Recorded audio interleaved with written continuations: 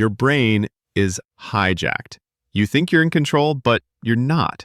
Every scroll, every click, every glance is programming you to crave not connection, but dopamine. And you're feeding the machine that's destroying your focus, your discipline, and your drive. Look, I'm not here to sugarcoat this. You've sexualized your brain so much, you can't even have a normal conversation without your mind wandering to something dirty. This isn't just about porn. It's about how you've trained your brain to need constant arousal, like a junkie needs a hit. The result? You've turned your mind into a cheap casino slot machine. Always spinning, always chasing the next high, and that's killing your potential. You're wasting your mental currency. Your brain has a budget. Every day you only get so much mental energy, and you're spending it on sexual fantasies, on scrolling through thirst traps, on replaying moments in your head that mean nothing. Let's be blunt, that energy could have been used to build your body, your business, your skills. Instead, you're bankrupting yourself for a 5-second rush. Here's the sick truth. The more you sexualize your thoughts, the weaker your self-control gets in everything. If you can't control your urges, you won't control your habits. If you can't control your habits, you won't control your life. The dopamine scam. Dopamine isn't bad, but you've hacked yours in the worst way. Your brain doesn't care if the dopamine comes from achieving your goals or from staring at someone's body online. So every time you give in to that quick fix, your brain says, "Oh, we got pleasure for free? Cool, let's skip the hard stuff."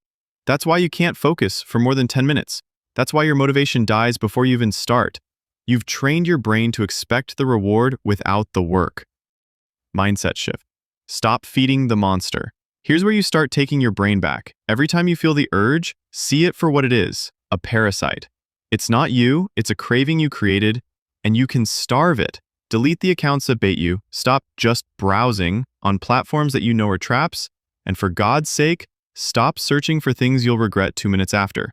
Your willpower grows when you stop negotiating with the monster. 3. Sexual overload dulls real connection. Here's what no one tells you. The more you flood your brain with sexual imagery, the more numb you become to actual attraction. Real people start to feel boring compared to the highlight reel in your head. And then you wonder why you can't connect deeply, why relationships feel flat, why intimacy feels awkward. You've trained your brain to be a spectator, not a participant. Rewire your reward system.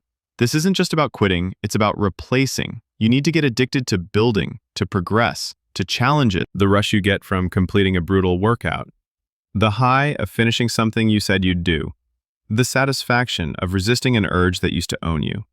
That's how you desexualize your brain. Not by going cold monk mode for a week, but by making your brain realize, this is better. This is real. The line in the sand. You've got 2 paths. Keep letting your brain be a puppet, pulled by strings you don't even see, or cut those strings. This isn't about morality. This is about control. If you can't control what happens in your own head, you're not free. You're a prisoner in a cage you built yourself. So here's your choice. Feed the monster, or starve it. Stay a prisoner, or walk out. You're the only one holding the key.